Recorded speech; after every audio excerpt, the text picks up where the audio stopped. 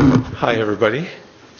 I'm really glad to see such a robust turnout to our summit, and what I have to tell you about today is the results of the survey that we were still conducting at the last summit. You know, when I was growing up, I never thought that I would be a gay health researcher.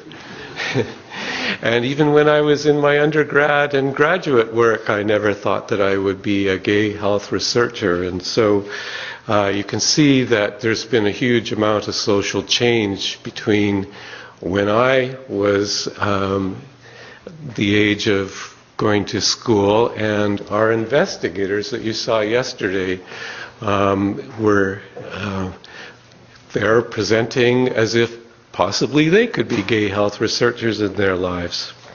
So there has been a lot of change, but we're living in a climate where there's a kind of paradox of a warming acceptance to gay men, but a hostile presence at the same time. So, why do we look at gay health at work? First of all, I think we realized in our intentions for the survey that the workplace is a kind of place where you will inevitably meet up with the gender order, and that's given us a lot of experience. You don't have to talk very long about the workplace with another gay guy to find out that there's a story.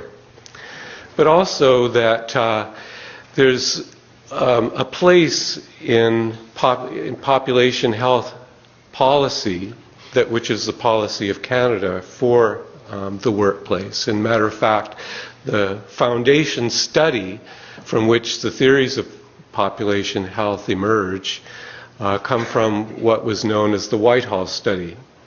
And that's the whole launch of the idea of social determinants came from the Whitehall study. And this was a study that was done in the British bureaucracy. And they essentially were able to see in this long-term study that there was a relationship between social status and health status that went in a gradient. That the lower social status, the worse health. The higher the social status meant better health.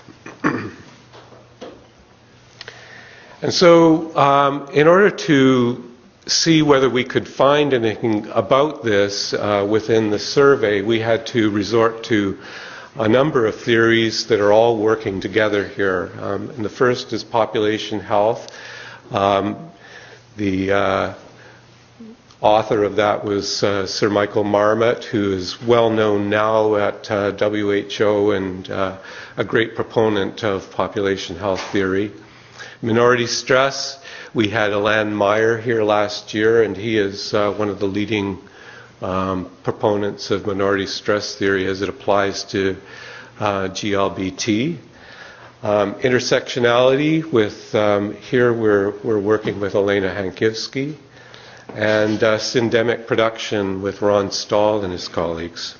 So all of these are kind of intermeshed and woven together in the presentation that I'm going to give you, and I'll refer at various points to how they fit with what I'm going to show you.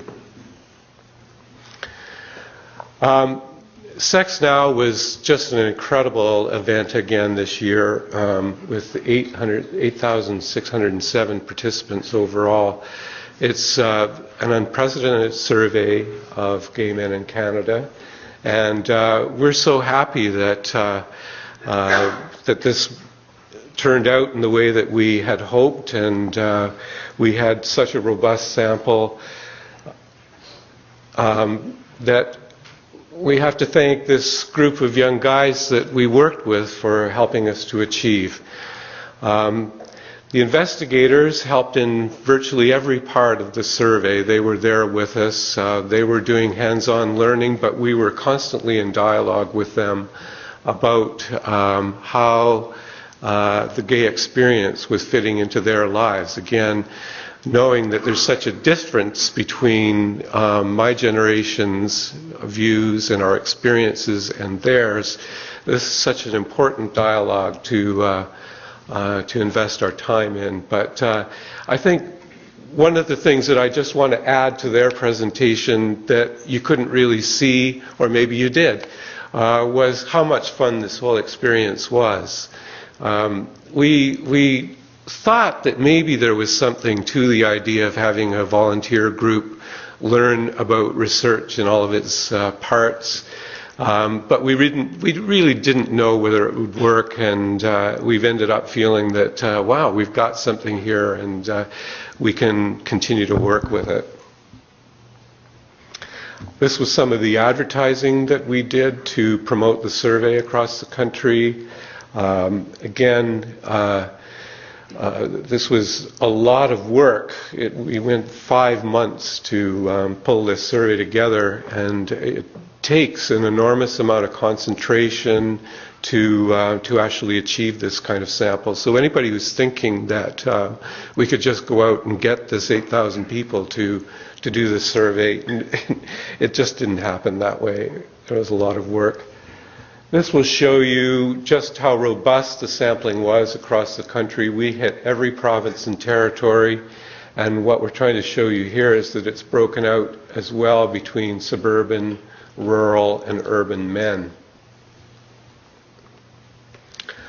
Now, to proceed through this, we need a model. Otherwise, without a structure, you're going to be lost in reams of data, and you won't have any idea of how to make sense of it. And so we're using Ilan Meyer's minority stress model here.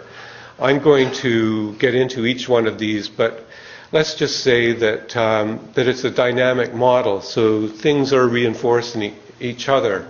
So there's some structural disadvantage in a group, and we'll break out the demographics of that and show how we look at that. And then there's something that comes into conflict that causes stress in that group.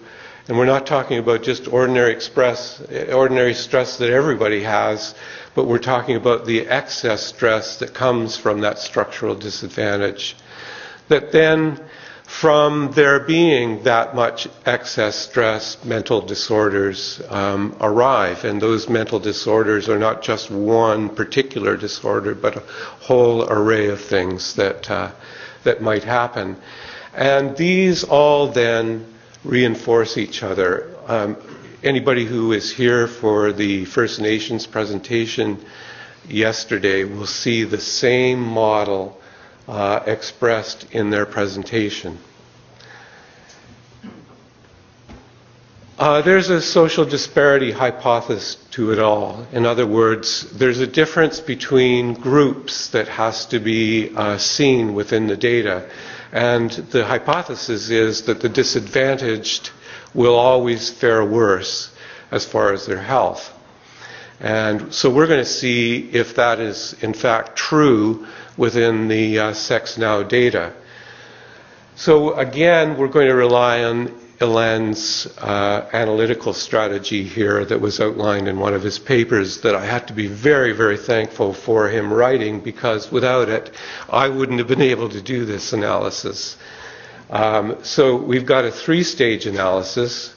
One is to see the phenomenon working within the whole population that we're studying, and then the other is to break it out between groups, and then to see what the health outcomes are from that whole set of variables that you've been looking at.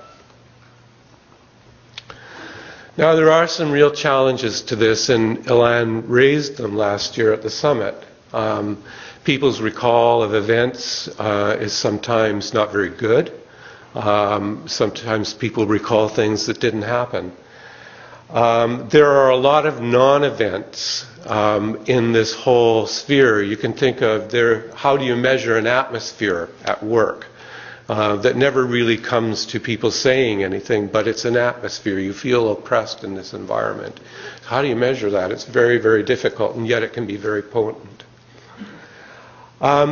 At work, there is a lot of covert discrimination that goes on. You never hear about why a certain decision was made to one effect or another. It just went on in a back room, and that's just the way it is. And so we never really can tell specifically whether this decision was made from any bias point of view. And then sometimes there's systemic prejudice. You know, we went for years, from about 2001 to 2005, trying to figure out why it was that we kept bumping up against the system every time we went and raised the idea that gay men's infection rates were going up, and we didn't have any money to work with, or we didn't have enough money to work with to do anything about it. We just kept bouncing off the system. It just didn't seem to accept what we were saying. Systemic prejudice. And then gay men are well known to go to accepting professions, to professions where they know in advance they're not going to meet up with a lot of problems. And then there are gay men who simply are living the gay life, and they don't really care about having a profession. So, you know, all of these go into the problems. Do any of you know these guys? I knew a few.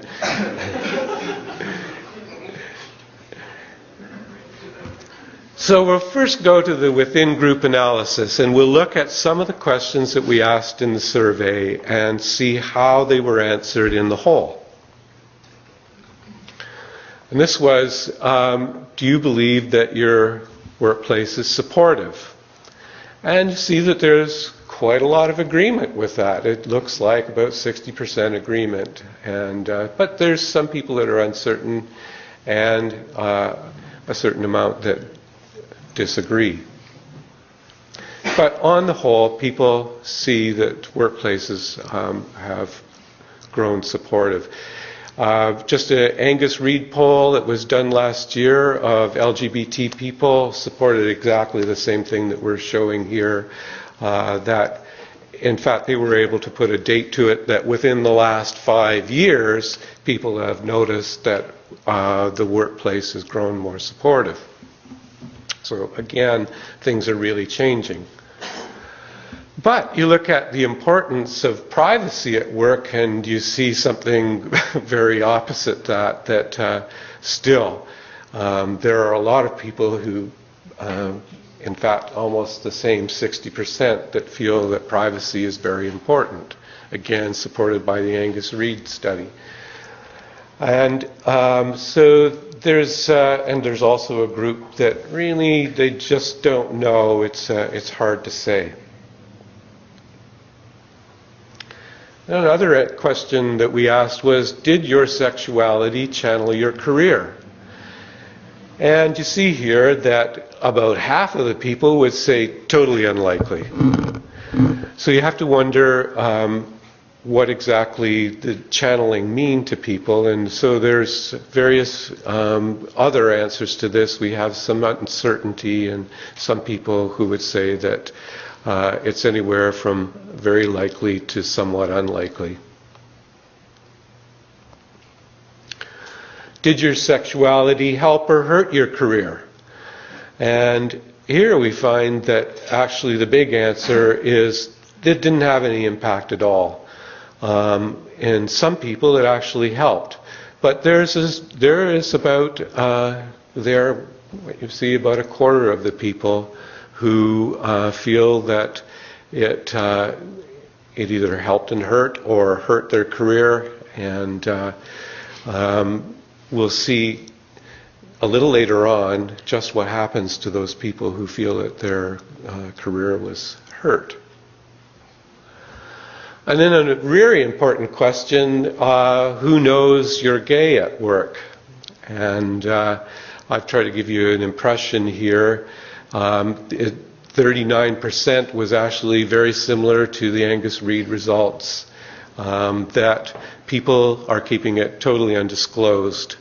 And you'll see that almost nobody makes that. Pretty much half of the population that we studied are keeping their orientation undisclosed at work. And then here is our question about employment discrimination. Now, we've used a very high standard for employment discrimination here. If you look at the Angus Reid poll, look it up when you go back home. You can easily Google it. It'll come right up. You'll see that their standard was very different than this, and so a lot of what they included as workplace discrimination was bad jokes told at the coffee bar and off-color remarks and that kind of thing. No, we're looking at people who were either dismissed, rejected, restricted, not hired, and we'll see here that we've given some people some latitude with which to answer this question, and you'll see that it's really only a small portion that say definitely yes, but you'll see that it expands with probably yes and even probably no. But again, you have to see here that the great majority is saying definitely no. They don't think that anything like that happened to them. So that's what it looks like in the whole, and you could probably jump to some ideas yourself about this. What Angus Reid poll was trying to say was that, this has almost gone away. Really, the workplace is warmed up, and generally gay people are feeling comfortable in the workplace. But let's have another look at that in the between group analysis. Now, I first want to introduce you to what the Whitehall gradient actually was. And it said that people in the red there who have a lot of control over their positions at work, call them the executive level, have very little mental distress. And as it turns out, this is almost the same diagram for cardio heart disease, or coronary heart disease. And you'll see that middle management has more mental distress, and the people on the line have the most. And so this is what's known as the Whitehall gradient. And so we need to discover whether this gradient actually exists within the SexNow data. So how are we going to do the between group analysis? Daniel's told us about constructed categories, and we have to see that all of these categories are actually constructed. We've figured out how to slot people into gay, bisexual, and MSM, but they're all a little bit constructed, and the most constructive of all for this analysis is the MSM model. And here, the thing that we're looking at is men who are married or partnered with women who we're looking at it as a separate way than gay or bisexual men. And what we've been able to work out from the survey this year, because we asked several questions to sort this out, was, well, what exactly is MSM when you deconstruct it? And what we've seemed to think is that it's about 85% bisexual men, 10% gay men, 5% straight. So within MSM, there's a range of possible orientations, and again, because these are all constructed categories, we're doing this for our analysis, and there's probably all kinds of critique that could be made of how we've constructed this, but I wanted to say in advance that we know, and we're doing this so that we can do this analysis. So the first time that we saw that there may be a serious difference between gay men and MSM was in the 2010 survey. But that being a pilot survey, we really didn't know all of the questions that we should ask at that point, and we're kind of working things out. But we had enough from the 2010 survey, that we were able to do a lot of analysis that, in a sense, it was kind of practice for the survey that we're doing now.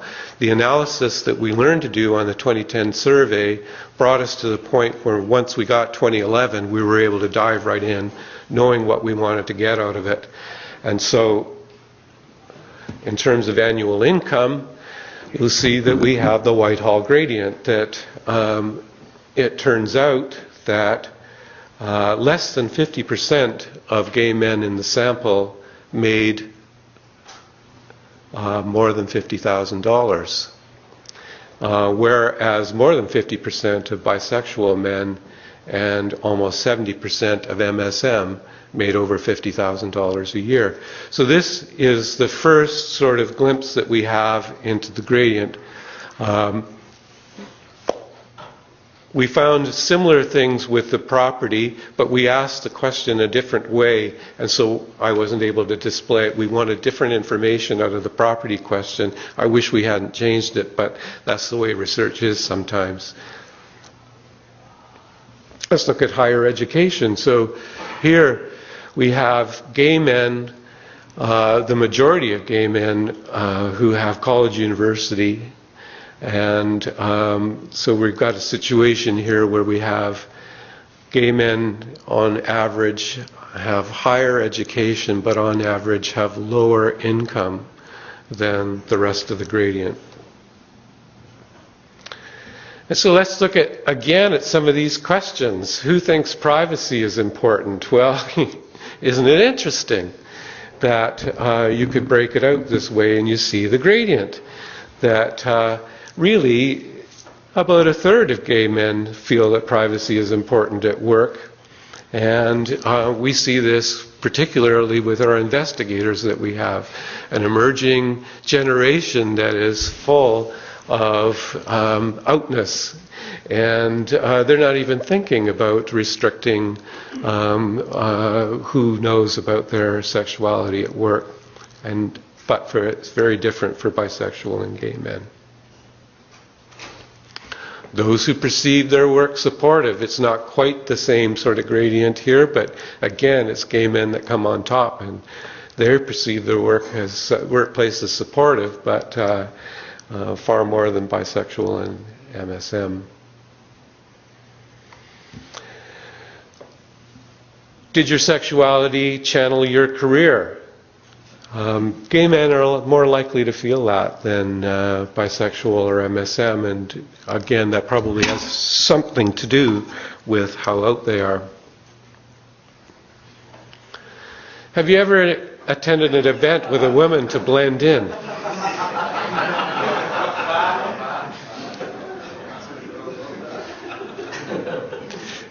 We asked this as an indicator question because we wanted to find out something about, whether you work in an environment where you need cover. We know all kinds of people like this, and there was one in our lore of such a guy who lives in Richmond, and so it was actually turned out to be a really good question to ask, and there we see the gradient again. How out are you at work? And there you have it again. And let's say our question about discrimination. So there you see, about 22% of gay men would say that they've had this happen to them, compared to very low numbers of bisexual and MSM. And how about sexuality hurt their career? Well, it's not huge in gay men, it's 9%. But what you have to know is that 60% of that, nearly 60% of that, of those people who felt that sexuality hurt their career, about 60% of those actually had an experience of workplace discrimination. So now we're going to go to the outcome analysis, and here we're asking, well, what happens to these people? We want to know and we're going to do this analysis between people who've had discrimination on one side and people who have not. We're going to see if there's a difference between these people in terms of outcomes.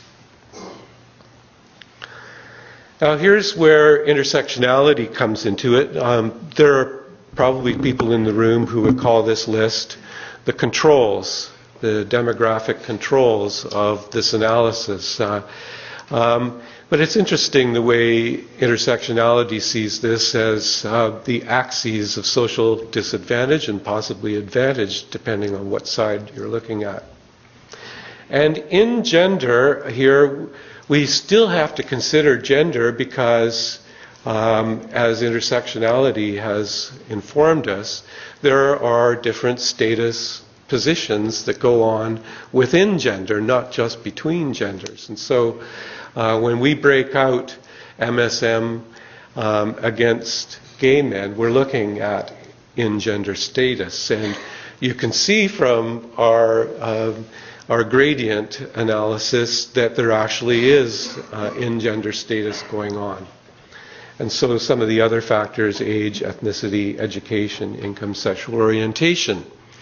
These are the ones that intersectionality most likes to look at, and we've put them into our model, and this is what we saw. So, again, we're looking at those who've had discrimination against those who have not, and this model, I'm going to try to help you read this table here. These,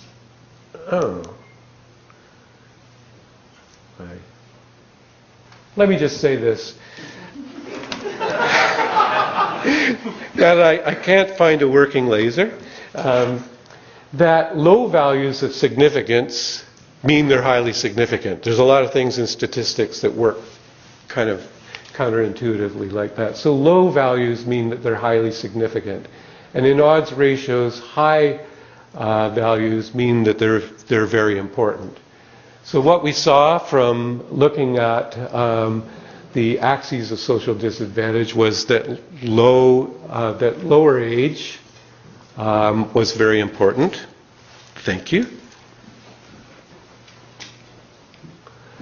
And that income after 50,000 was very important, and gay orientation. You see, some of this is linked because we already know that gay men, the majority of gay men are making under 50,000, so that's going to show up there. But you can just see how much gay orientation counts in this model compared to the other orientations that we've been looking at. And so that tells us, in a way, who we need to be thinking about in terms of what happens to people who've experienced workplace discrimination. And so that second part, where does the stress come from? And so we looked at the disclosure of orientation, whether you're out or not. We looked at body type, because some people can tell you're gay by the way you look. And the prior prejudice, whether these people have been bullied in the past and are being bullied at work too. Gender presentation. Jaden presented on nail polish at work yesterday, and so we've included that in the model, and also the work environment. So there's a whole bunch of questions that fit these variables, and so we looked at them, and this is what we found. That you're almost 3 times greater odds of facing discrimination at work if you are out at work. This is essentially what we found. So people who are going into the workplace expecting to be out may come up to a shock if they find that suddenly the workplace isn't as supportive as they thought it was. And again, in terms of the environment, we brought our cover girl in here to show that workplaces in which you need to use cover are likely to be workplaces in which you might experience job discrimination, and so with unsupportive workplaces. But then this is a stand-in, the body type. We found nothing really about that. That's a very low value, and to see that the significance is a very high value. And all that means is that it's not above average. So, body type might be the thing for some people, but it's not really showing above average for job discrimination. And so it was with all of the other variables that we looked at. We looked at the way people image their body. Do you think of yourself as muscular? Do you think of yourself as slim? Any of these values didn't seem to show up. We didn't see anything about presentation issues like nail polish and piercings or anything like that. The most significant mediating factor was being out at work. And of course, there's a lot to being in a workplace that isn't particularly supportive.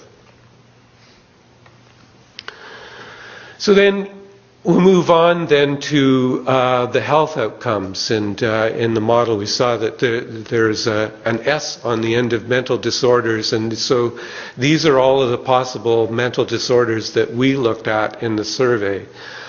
We studied both thoughts and attempts at suicidality. We looked at anxiety. We looked at anxiety in a particular way, that if you had gone and made a medical appointment for anxiety, that's what we wanted to know. And then, of course, if you were prescribed medications for anxiety. And the same with depression. If you'd gone and made an appointment for depression, not just that you felt depressed. But we had some questions in which we were measuring depression by sadness and loneliness, which were design questions that we developed in the survey. And we also looked at sexual risk and STI. And this is what we found. That definitely, that job discrimination will hurt your career. But think about that.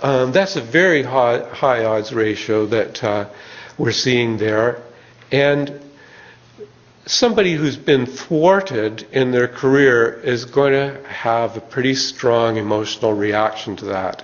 And what we saw when we looked at suicidality was very similar between suicidal thought and suicide attempts. In fact, 23% of those who had faced workplace discrimination had actually attempted suicide.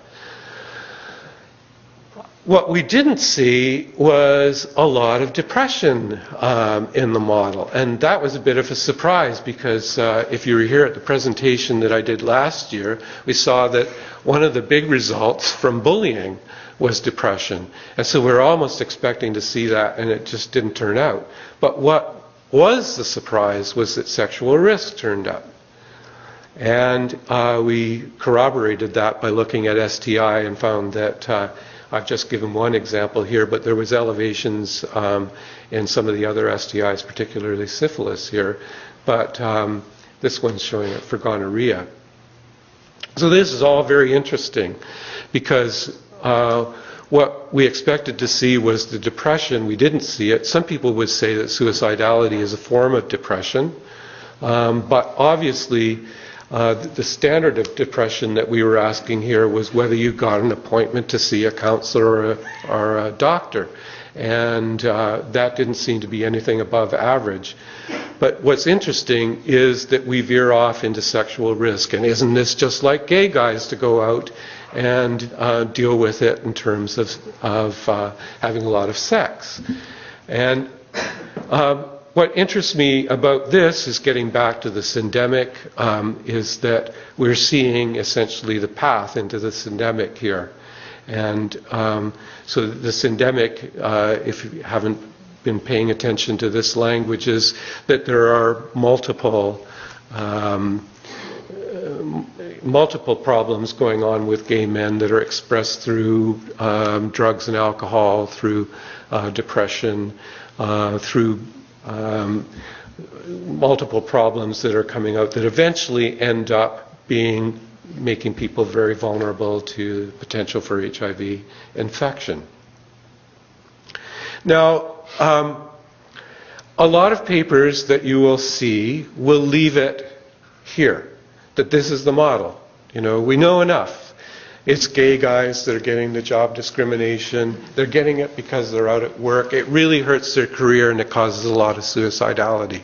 And so that's the model. We would leave it here. Intersectionality demands a little more. And this is what, this is kind of, I think, probably our rebellion with intersectionality is it just is so demanding. It keeps asking us to do more, to think harder. And so at the Intersectionality Institute this spring that some of the investigators were able to go to, and we were able to get so much out of, we were working with the quantitative form of intersectionality. And so here is one form, one expression of it in this presentation.